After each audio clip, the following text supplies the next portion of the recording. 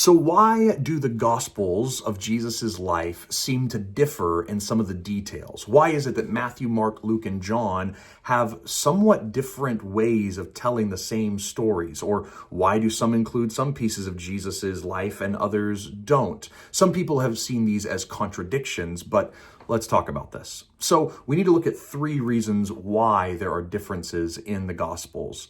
First is because they are not doing the kind of history that we write today in the 21st century. This is a new genre of like scientific biographies where we quote directly, where we give chronological details, where there are certain scientific standards that we hold the biography genre to. That's not the kind of literature that they were writing. So to import that category onto first century biographers of Jesus is to do a disservice to the genre of literature that they were constructing.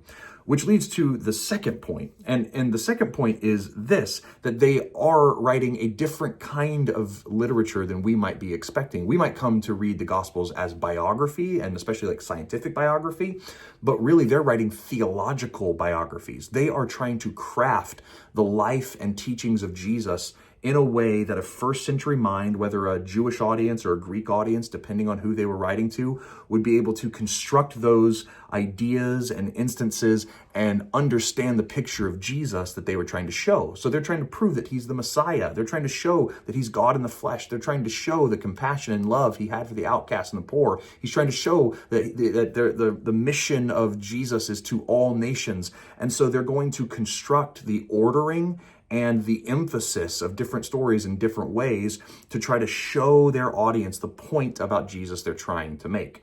And lastly, when it comes to some of the details of the chronology of events, not only is it not the same genre, they're trying to do something very theological in particular, but also this is just how eyewitness accounts work. Whenever three people witness the same account, they will give us their vantage point of that account. And because one person uses different words to describe what happened, that doesn't contradict the other eyewitness account. Instead of all three work together to create a composite whole picture of what actually happened. So actually, the different points of view from the four Gospels that we have give us a holistic composite of the life of Jesus, just like three eyewitnesses would give us in a historical event that happens in our own backyard.